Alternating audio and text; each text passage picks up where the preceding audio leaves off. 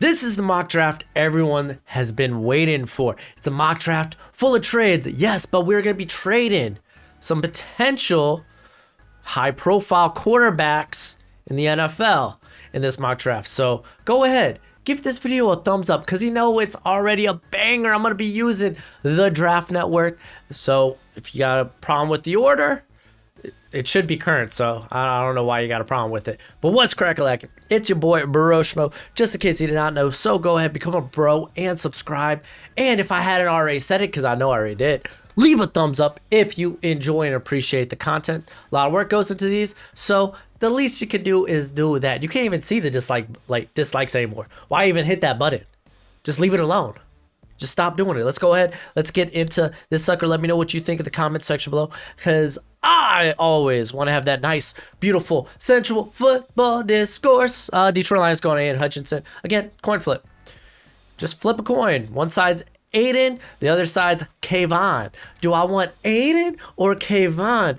Ooh. Like, honestly, I think Aiden Hutchinson's a good fit regardless for Detroit. The 3-4 defense they got going on. Aiden Hutchinson, he has experience as stand-up pass rusher because they utilize him as such time and time again there at Michigan. So Detroit, they get a banger with their first pick because the quarterback class is kind of sus. I ain't going to be like Mike Renner and go number 3 overall with the quarterback. So let's keep this sucker going. The Houston Texans go Kayvon Thibodeau. Like I said, flip a coin. These are the 2 best prospects in this class. You got 1A and 1B. Some of you might be like, what? Jacksonville Jaguars? They're the next pick. Actually, Houston and Jacksonville, they're tied. Nothing separating them but a coin flip. It would literally come down to flipping a coin, or at least that's what Tankathon is telling me. So I flipped a coin. And Houston was here. Actually, this is what the Draft Network gave me. But regardless, they take the next best prospect on the board. Houston, you're kind of in a hole here. You're like, they need to go quarterback. They should go quarterback. Listen, there's not a lot of talent on this team. They are legit at the beginning of a rebuild. They still got to move Watson some way, somehow. Regardless, he's never playing another snap. Got to get him off payroll. I don't know how you're going to do that, but they go Kayvon Thibodeau. It's a step in the right direction. Like, especially in a quarterback class where it's like, man, I don't really know, is there really a top 5 quarterback in this class? Go ahead and just fill your organization with the best players possible. Kayvon Thibodeau, best player on the board. Jacksonville Jaguars, I went with Evan Neal. Oh, man, I really want to do Kyle Hamilton. I don't think that's the wrong answer here either. Again, beautiful thing about draft, there are many correct answers, and then we learn 3-4 years down the line if they were actually the correct answers. But Evan Neal, man, he put on a show,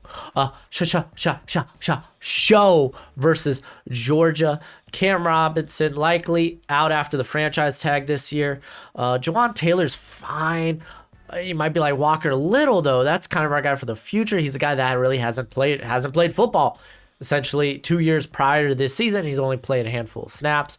So let's go ahead. Let's get some more protection for our boy Trevor Lawrence and whoever the new coach is. Oh, did I say that out loud? The New York Jets, they have back-to-back picks, so we're gonna go ahead and talk about it. Yeah, let's talk about it. Derek Stingley. It makes a ton of sense, right? Put him up next to Bryce Hall, and then you got Michael Carter in the slot. That's a beautiful cornerback core. You got the start of, and then you got decent pieces there, and like Brandon Equals, Jalvin Javon, I can't remember his first name. Former guy from Utah. You know who I'm talking about. But those are better sub-package guys anyway. So Derek Stingley, wonderful athlete. Hopefully everything checks out with the ankles. We'll see about that. Again, I'm not going to move it until we know otherwise. And then I went with Ikem Ekwonu. Listen, I get it. Joe Douglas, he loves himself some trench players, so whether it's the defensive line, offensive line, yeah, I guess you kind of like the thought of going Stingley and Kyle Hamilton is very sexy and appealing to me, but realistically, it's probably gonna be a trench guy. And Icky, he might be that guy. Move Kayvon or Mekhi Becton to right tackle because he has experience on both sides. beautiful thing. George Fant, who's been pretty good. He's good depth. Or maybe you move him to guard. Maybe he has some success at guard where Greg Van Roten has been, mediocre. But again, he's like a veteran. He's a good depth piece, Van Roten. I'm not trying to rag on Van Roten. It's just he has been the weakest part of that offensive line. So Jets go with that here. And then we have back-to-back picks again with the Giants.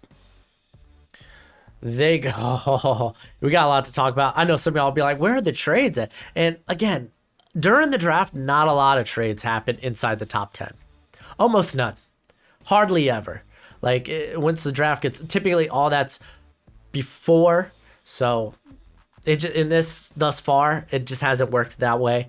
Especially when there's not a quarterback to trade up for. It's kind of hard to justify teams trading up. So, let's address the Kenny Pickett pick first. We're moving on from Daniel Jones. Listen, when you can't tell the difference between Daniel Jones and Mike Lennon, you might have a quarterback problem. And I've been coming to the defense all year of Daniel Jones. I don't think his play has been terrible, but the turnovers have been pretty terrible. It's not like he's playing behind and a bulk of them are fumbles, and it's not like he's playing behind the best line, but I don't think he's not doing enough to move this offense, even in spite. You could put some of that on the play calling. Jason Garrett. But he's gone, right? He's gone from the team now, ain't he? I might be wrong about that. I might be thinking about Joe Brady, but I don't know why I would think about Joe Brady and Jason Garrett in the same vein. Okay, yeah, he's gone. Okay, I thought so. But you never know, man. Jason Garrett has a knack of sticking around. Just ask Alice. But I went with Kenny Pickett, right? He's my quarterback 3. And you might be like, why are you drafting your quarterback 3 at 7? Because my other 2, I don't think are ready, to start immediately. I think Kenny Pickett, along with Sam Howell, are the most NFL-ready quarterbacks to start.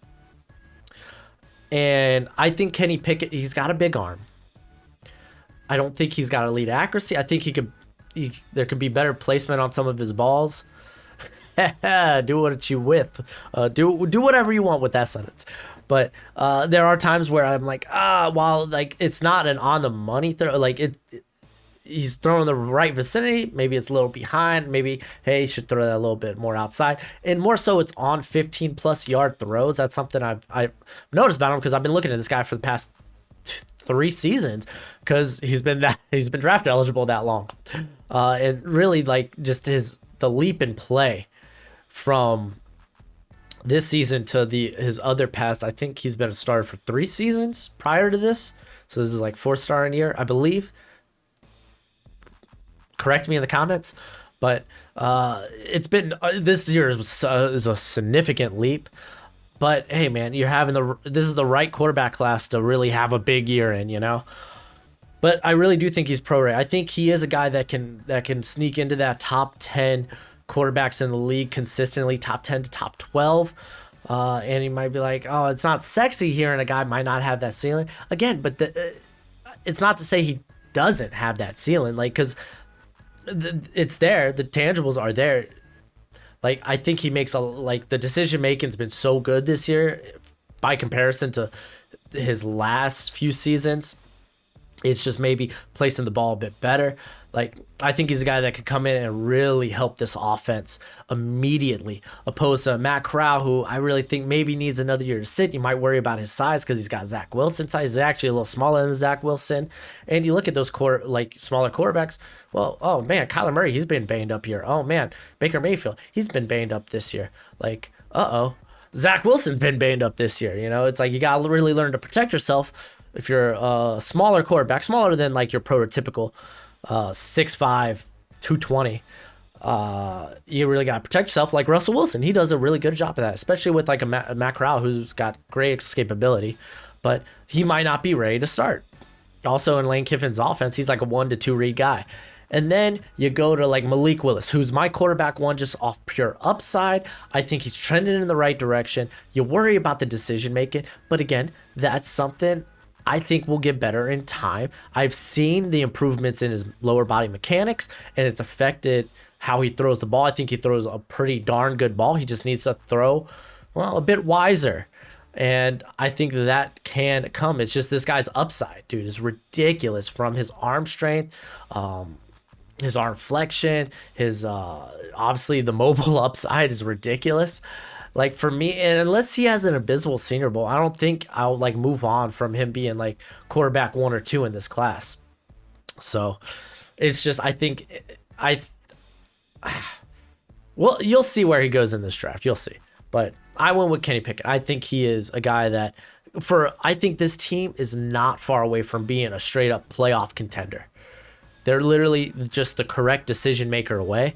This is the correct decision. This is a guy that can make those correct decisions. We also get help on the offensive line in Charles Cross. And I had to go back. Andrew Thomas, man. This guy, he played right tackle at a very high level his freshman season for Georgia. I'd rather move Andrew Thomas to right tackle than maybe forcing Charles Cross, who's never played right tackle in his collegiate career, to right. So this is my mind, just thinking about that. So I addressed that here. I think these are 2 very good picks. And then we got the Atlanta Falcons. I go with a David Ojabo, or Ajabo, however you say his name. Let me know in the comment section below. I'll get it right before draft time. Pass rush. This pick's always going to be pass rush for me because they have the worst pass rush probably in the league, in my opinion. It's pretty bad. I think the corner, I think they have a decent pair of corners. Obviously, they could get better at corner. They could add more depth there, but they need something in pass rushing. They do not have a good pass rusher that's not named Grady Jarrett on the team. Jabo, he may be a bit raw, but he's stupid athletic. Like, the upside is so immense with him. I thought about guys like Kingsley Enagbari, who I have a bit higher, and even a George Karlaftis, but I went with a guy with a bit bigger, I think a more athleticism when it was all said and done. That's what I decided to go with. Carolina Panthers go with Matt Corral. You might be like, oh, you just said he might not be ready to start in year 1. Well, bring back Cam Newton. You still have Sam Darnold, and maybe eventually he can start some point of the year, or maybe they just start him right away. But like, this guy's arm talent is amazing. This guy's escapability from the pocket is great. Like, he had such a good season this year. Matt Corral's he's like fringe quarterback 1 for me in this class. I think currently I have him at quarterback 2, but him and Malik Willis are like this, neck and neck. So I went with that. And hopefully they do something in free agency for this offensive line, because if you're not Taylor Moton, you probably need replaced on this offensive line. Though Brady Christensen's had some encouraging performances this year, it's still, you need to improve it. Minnesota Vikings. Kyle Hamilton. You're like, how does he fall to this pick? Like, I thought about him. Like, honestly, I would have loved him for the Jets, but I was like, Joe Douglas. We're going to go corner, the more high value position, and then Joe Douglas being a trench guy. Went there. New York doesn't necessarily need him, but I want really, like, the Jets don't necessarily, or Giants, they don't necessarily need him. They're pretty good at safety, but I don't think that stops me from taking a player of his caliber. But again, it's a safety position. It's a bit devalued. Maybe it falls. Falcons, again, they've invested there's a lot of guys playing safety there. I think they're like 5 safety deep. Because keep in mind, they brought in Richie Grant as well. And so I thought about him there, but I was like, pass rush is too much of a dire need. Even Carolina, I thought about it. I'm not going to lie. But he falls here to Minnesota. Mike Zimmer, probably out. Probably they're moving on, because you know what? This team's been mediocre for way too long. Literally, in my last video, I said they are the Raiders of the NFC. So you may think, okay, well, doesn't it start at quarterback? Not necessarily, because while Kirk Cousins, he's fine. He's fine enough to like lead this team. Let's just start drafting good players. Let's just draft blue chip players, and he is a blue chip prospect. And then the New Orleans Saints, first receiver off the board here, Jamison Williams. Listen, Garrett Wilson, he's my wide receiver 1. I love him. Jamison Williams ain't too far behind. Like, he's literally now, I said he was breathing down Olave's neck. He's just up and said, bye-bye Olave, bye-bye Treylon Burks. And now he's huffing and puffing right behind Garrett Wilson. That sounds kind of creepy. Saints, they need a burner.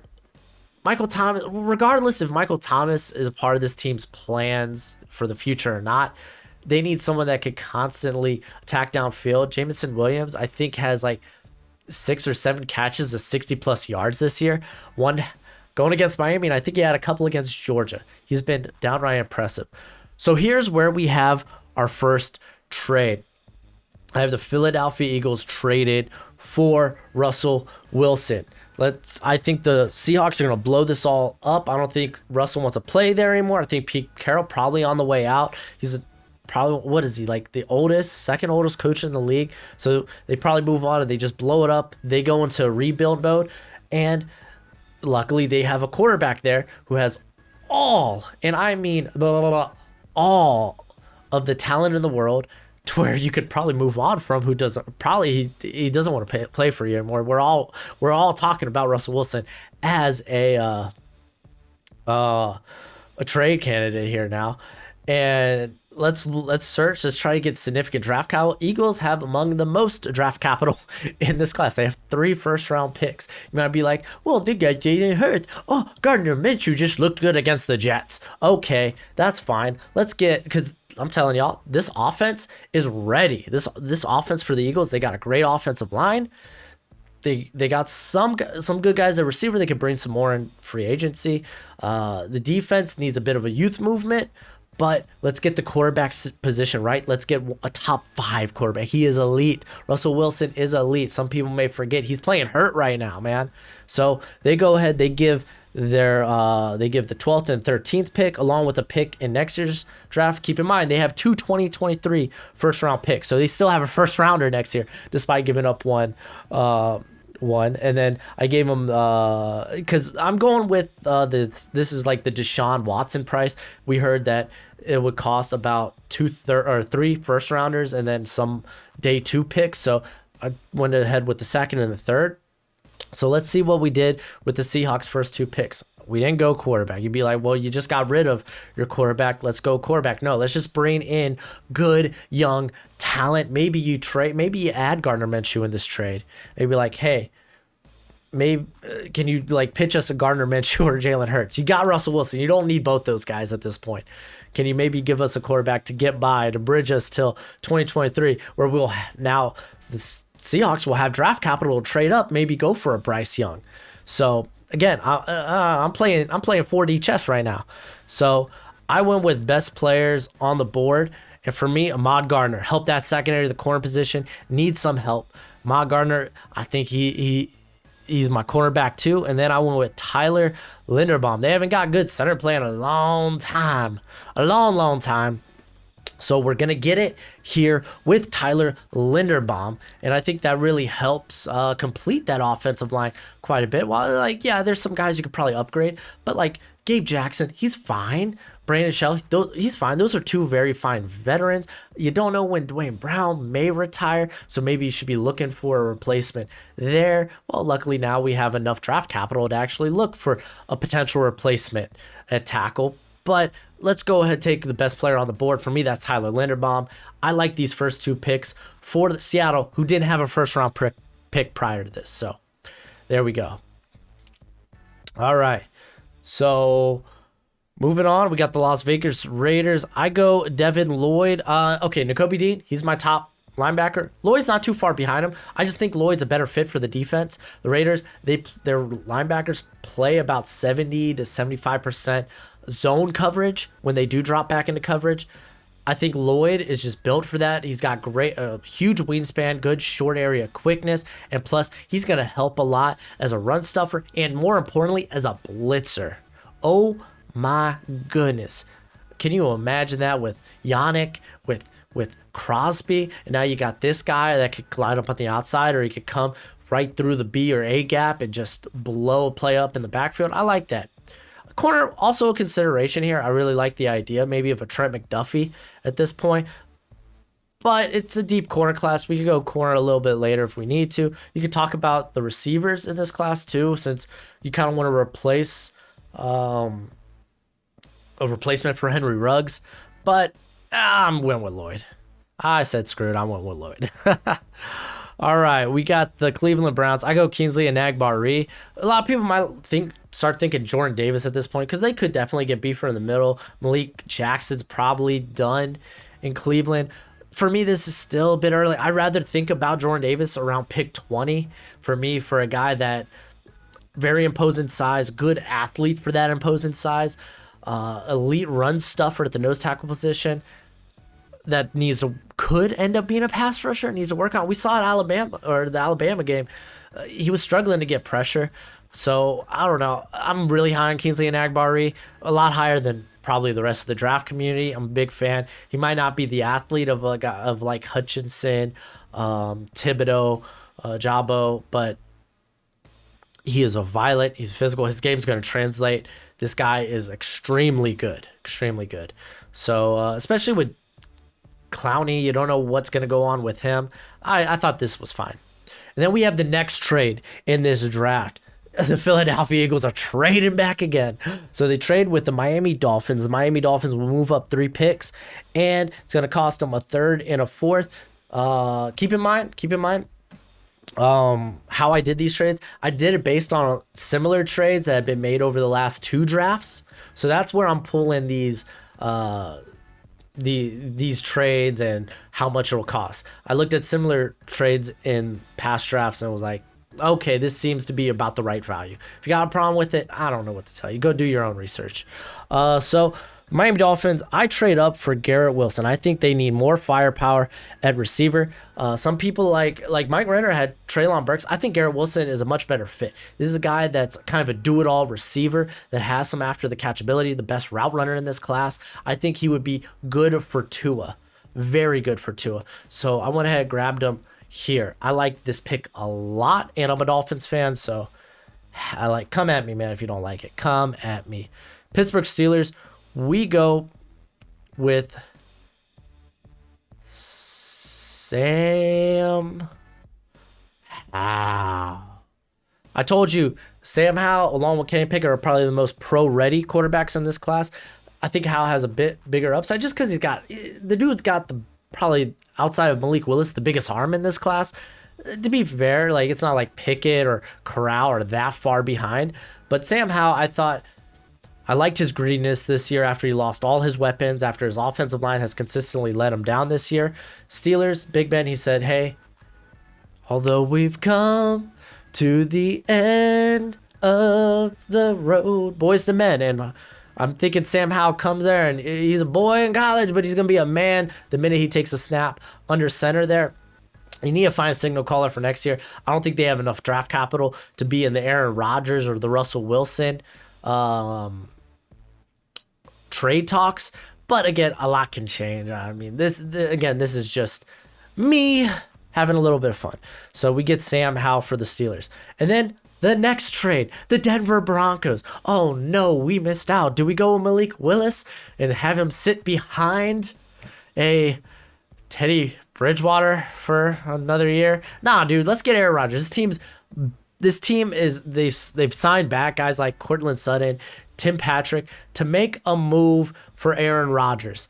If these signings they should be I feel like that's indicating, hey, we want Aaron. So they give up first round picks in the next 3 drafts. Their 2nd round pick this year and a 3rd round pick next year. Again, very similar Deshaun Watson, what the Texans been asking. Again, I'm basing off that. You might be like, well, Aaron Rodgers is a younger quarterback, he's not a young hen, he's not a young chicken. I guess that's the saying. He's not a young turkey. I don't know. Gobble, gobble. He's not going to be around for much longer, but he's going to get you Super Bowls. Look what y'all did with Peyton Manning. This team's ready to compete for Super Bowls. They just need to get it right under center. Aaron Rodgers does that for you. So the Green Bay Packers, they have this pick. Very unfortunate that Garrett Wilson's not around. I would have gone receiver. You could make a case for Treylon Burks or Chris Olave. Instead, I went with George Karlaftis. I think he is a good scheme fit, especially if Zadarius Smith and Preston Smith both end up not being with the team after this year. The Packers pick up a ton of draft capital, so we can address receiver later on. If we have to, I want to go ahead and just take the best player on the board. For me, that was Karlaftis, so beautiful. Philadelphia Eagles, you finally get your pick after getting Russell Wilson and then trading down with the Dolphins. I go into Kobe Dean. The linebacker position is terrible there for Philly, and Kobe Dean, I think, is a top 20 guy. This guy's going to test out ridiculous. He's athletically phenomenal, and every time he's on the field, he's making big plays. I like this pick and this fit for the Eagles. So there we go. And I'm going to be fair, corner was a consideration. It was there. It was in the back of my mind, but this is a corner deep draft. We now have a lot of draft cap, now they don't have a lot of draft capital to work with, but they did pick up, or they do have, Zach McPherson, who they got at Texas Tech last year. They traded for Take Allen. Maybe one of those guys work out and can be the new cornerback too if they don't bring back Steven Nelson. Like, there's a lot of other ways the Eagles can do. Is just the linebacker position is the worst position on this football team. And then the Washington football team, all these quarterbacks coming off the board. You think I'm going Malik Willis because it sounds good. Taylor Heineke, though, man, he's like, y'all can maybe put off getting a franchise quarterback for now. How about we just address some potential needs, because we might be losing guys this offseason. So I go with Kenyan Green for the Washington football team. They might be losing both their left tackles in Cornelius Lucas and Charles Leno. Brandon Sheriff might be gone this offseason as well. Kenny Green is a guy that I truly believe is a tackle in the NFL, but he has played both the left and the right guard, mainly the left guard position at a high level. So if you want to start him out there, you sure can. So he gives you a lot of versatility and flexibility on that offensive line. This was a bit early for safety, and I couldn't really find any good trade down candidates at this pick at the moment. But I ended up having to trade with the next pick, and it is the Bengals trading back with the Detroit Lions. It's going to cost, and the Lions, they're only moving up 3 spots, so they give up a 5th and a 7th. They get Treylon Burks, baby. They get their vertical deep threat. This guy, he is a horse, a legit horse. He might end up tested close, similarly to a DK Metcalf or a Chase Claypool. While Burks not a great route runner, he really runs a very simplistic route tree in Arkansas. The routes he does run, he runs at an extremely high level. He's going to be a mismatch nightmare. I think that's what the Detroit Lions want, so they get Burks. And I did this because you had the Chargers coming up, who might not bring back Mike Williams. So I didn't want them to maybe snag Burks, so that's why I moved up for the Lions.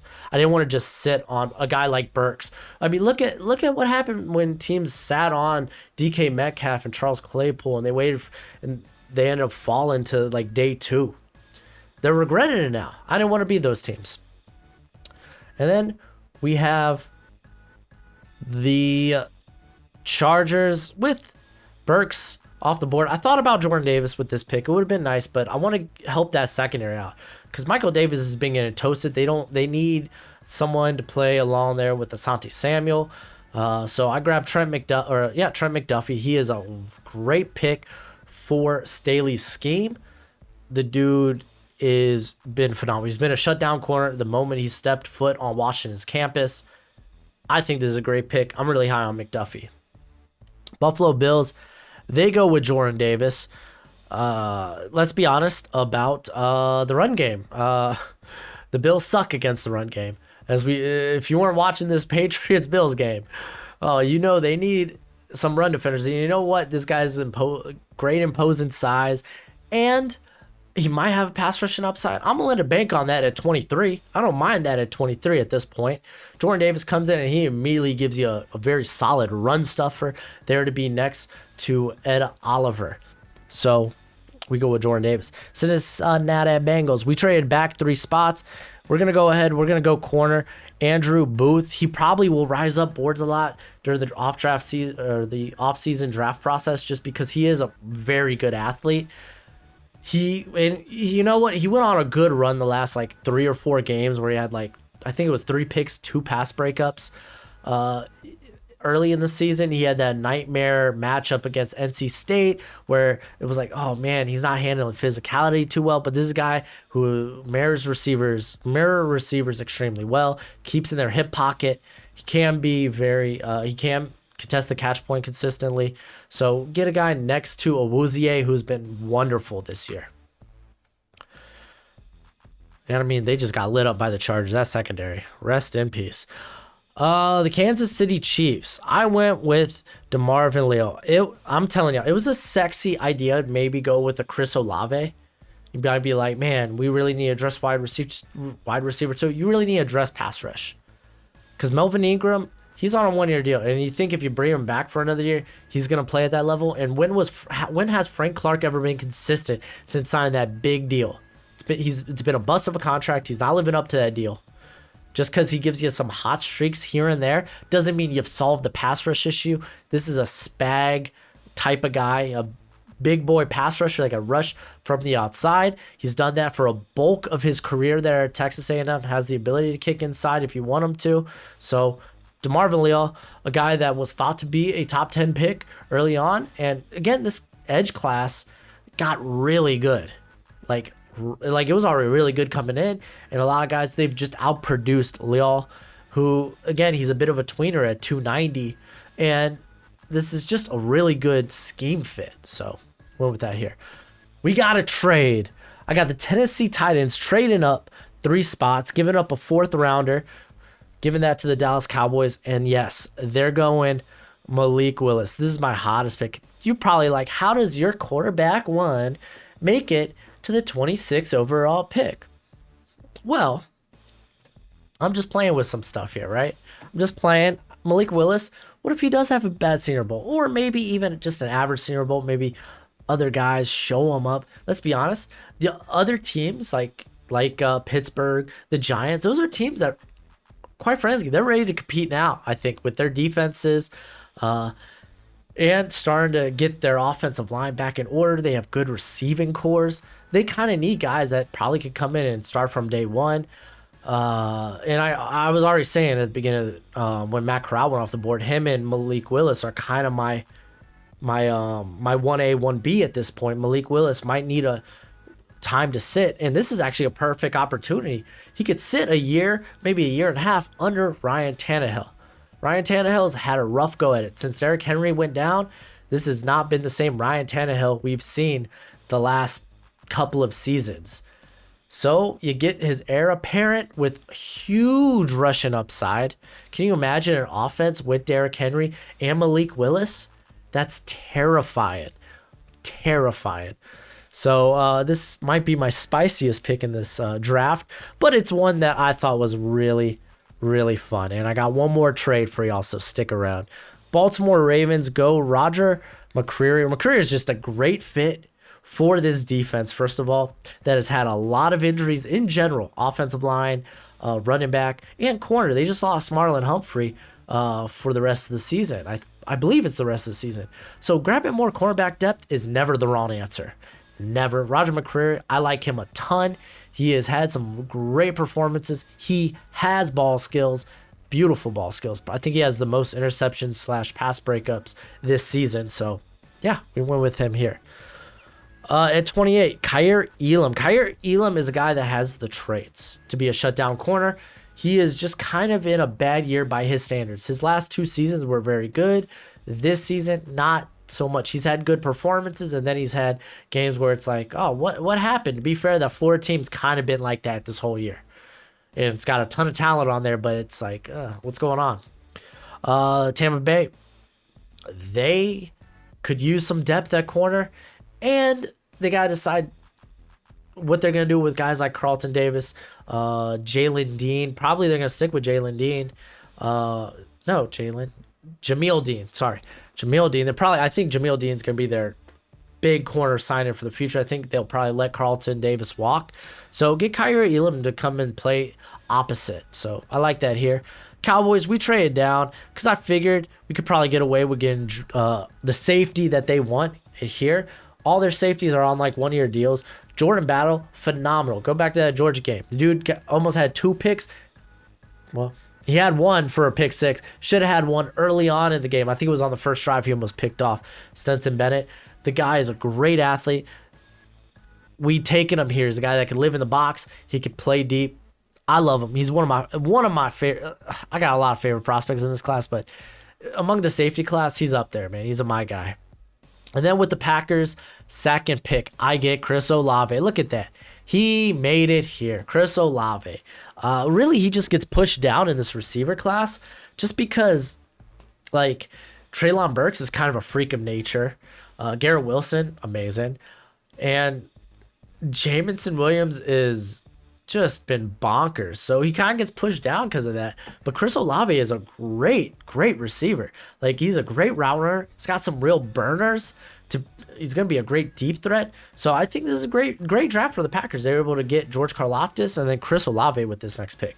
And then here's my final trade, because we all know the New England Patriots, they love to trade back, and they trade back with the Chicago Bears. Look at you, Bear fans. I got y'all picking the first round. And it only cost us a third. Actually, we swapped thirds with the Patriots. We basically move up 6 spots into the first round, but we trade down 12 spots in the third round and also give them a 2023 6th-round pick. Again, I pulled this from past drafts where it's like, okay, this is similar value. I did my research, man. I tried. So, Chicago Bears, Allen Robinson, probably not going to be with the team. Sucks, kind of in a down year too.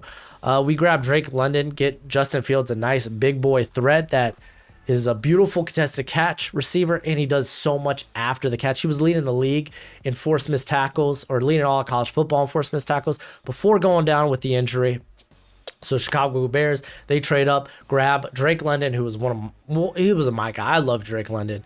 It's a real shame. Should be ready by the combine. He had surgery early November, and typically it's about 6 to 10 weeks to come back from an ankle injury, broken ankle. So hopefully he's good to go by then.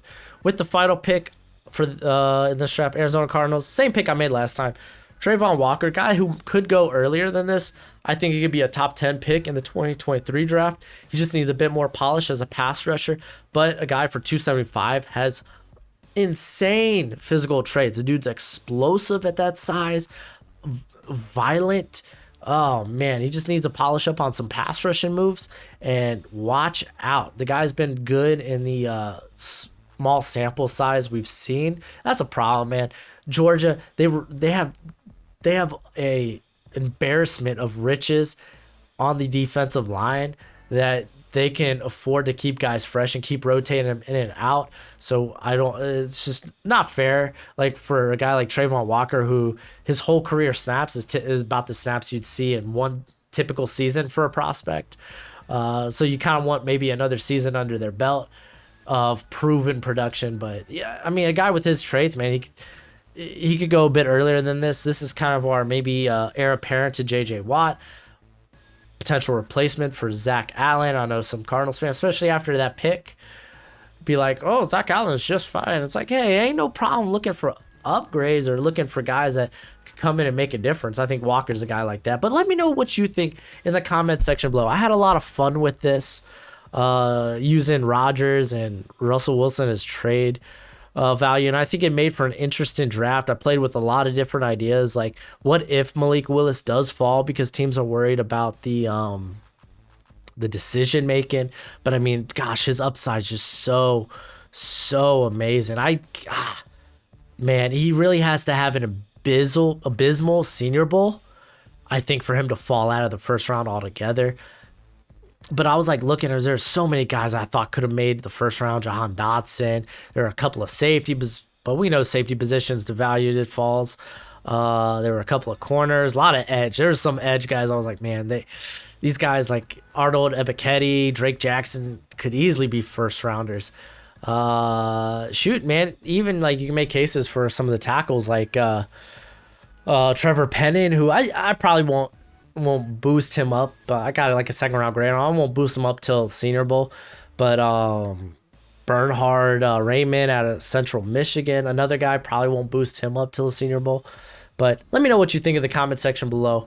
That's it for the video. And until next time, you be easy, my friends. Later.